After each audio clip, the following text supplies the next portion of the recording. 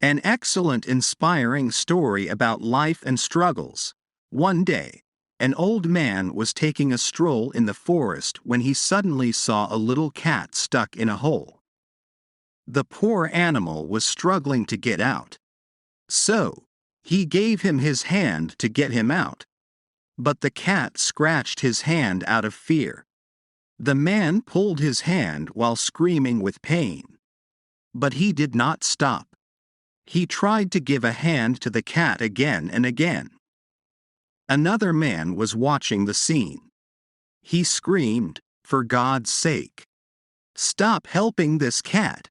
He's going to get himself out of there." The other man ignored him. He just continued saving the animal until he finally succeeded. And then he walked to that man and said, "Son, it is the cat's instincts that made him scratch and hurt. And it is my job to love and care." Moral of the story: always treat everyone, including animals, with respect and kindness, but do not expect other people to treat you the way you want to be treated.